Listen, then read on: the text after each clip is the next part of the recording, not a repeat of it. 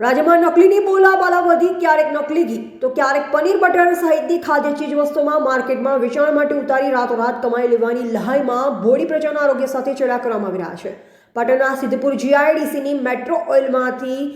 લાખોની કિંમતનું શંકાસ્પદ તેલનો જથ્થો હાથ લાગ્યો। એસઓજીને ફૂડ વિભાગ દ્વારા સિદ્ધપુર જીઆઈડીસીમાં આવેલ 133, 134 અને 135 નંબરના ગોડાઉનમાં તેલનું ભેળસેળયુક્ત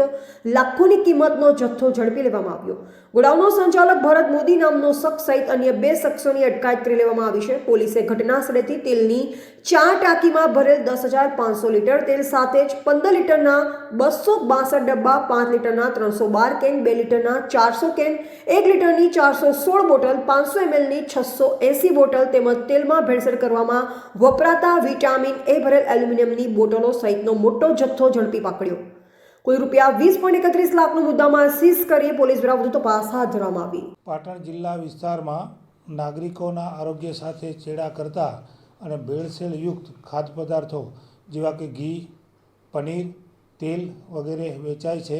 અને જેના વિરુદ્ધ સચોટ બાતમી હકીકત મેળવી અને કાયદેસરની કાર્યવાહી કરવા માટે પોલીસ અધિક્ષક શ્રી વી.કે. નાઈ સાહેબ તેમજ બોર્ડર રેન્જ આઈજીપી સાહેબે સૂચના કરે, જેના અનુસંધાને ગઈકાલે એસઓજીના પોલીસ ઇન્સ્પેક્ટર શ્રી જયદીપસિંહ સોલંકી સાહેબને પાકી અને સચોટ બાતમી હકીકત મળેલ કે સિદ્ધપુર જીઆઈડીસીના પ્લોટ નંબર 133, 134, 135માં કે જ્યાં જે મેટ્રો ફૂડની ફેક્ટરી આવેલ છે એમાં કેટલોક શંકાસ્પદ ભેળસેળયુક્ત તેલનો જથ્થો છે અને એ સગે વગે કરવાની તૈયારીમાં છે। જેથી બાતમી હકીકત મળતા પીઆઈશ્રીએ પોતાના સ્ટાફ સાથે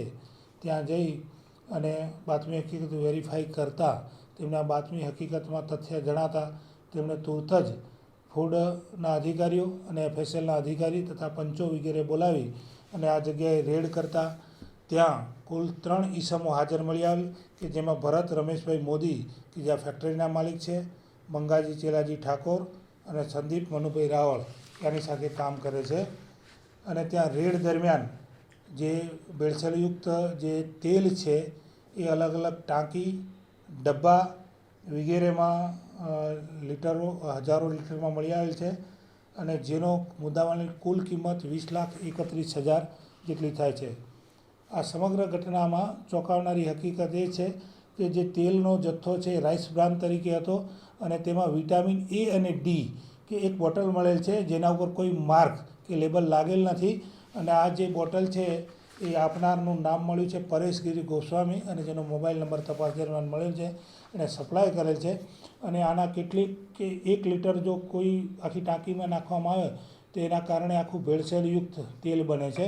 અને એ નાગરિકોની જે આરોગ્ય છે એના માટે ચેડા કરતા અને એની આરોગ્ય માટે હાનિકારક છે। અને આ સમગ્ર ઘટના અનુસંધાને વિગતવારનું પંચનામું કરી અને હાલમાં સિદ્ધપુર પોલીસ સ્ટેશન ખાતે જાણવાજોગ દાખલ કરેલ છે અને જે મળી આવેલા ભરતભાઈ મોદી, મંગાજી ઠાકોર અને સંદીપભાઈ રાવળની હાલમાં પૂછપરછ ચાલુમાં છે। પોલીસ તરફથી હાલમાં બધા જ સેમ્પલ કબજે કરવામાં આવેલ છે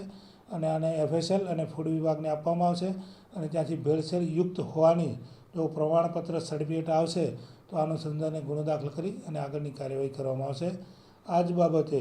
ફૂડ વિભાગ દ્વારા અલાયદી કાર્યવાહી પણ ચાલુમાં છે। કેટલા સમયથી સાહેબ ફેક્ટરી ચાલુ હતી એવી કોઈ વિગત મળી છે? આ ફેક્ટરી અત્યારે પ્રાથમિક તપાસમાં એવું જાણવા મળે છે કે લાંબા સમયથી ચાલુ હતી અને આમાં જે આ શંકાસ્પદ ઈસમો મળી આવેલ છે એના કરતાં પણ વધારે કોઈ સપ્લાય કરનાર કે બીજા ખરીદનાર સંડોવાયેલા હશે અને આ બાબતની પણ પૂરતી તપાસ કરવામાં આવશે। જે કેમિકલ મળી આવ્યું હતું 1 લીટરની બોટલવાળું એ કયા જિલ્લામાંથી સપ્લાય થતું હતું તે કોઈ તપાસમાં બહાર આવી છે? 1 લીટરનું જે કેમિકલની બોટલો મળી આવેલ છે એના ઉપર કોઈ માર્ક કે મેડ કે કંઈ એવું કોઈ બ્રાન્ડનું કે લખેલું નથી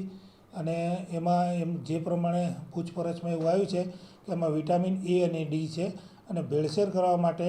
આ મુખ્ય કે કેમિકલ છે એવું હાલ પ્રાથમિક તબક્કે જાણવા મળે। આ આપનાર છે એ પરેશ ગોસ્વામી છે અને બનાસકાંઠાના રહેવાસી છે, એમનો મોબાઈલ નંબર મળી આવેલ છે અને શક્ય છે કે બનાસકાંઠામાં ક્યાંયથી આ સપ્લાય થયું હશે।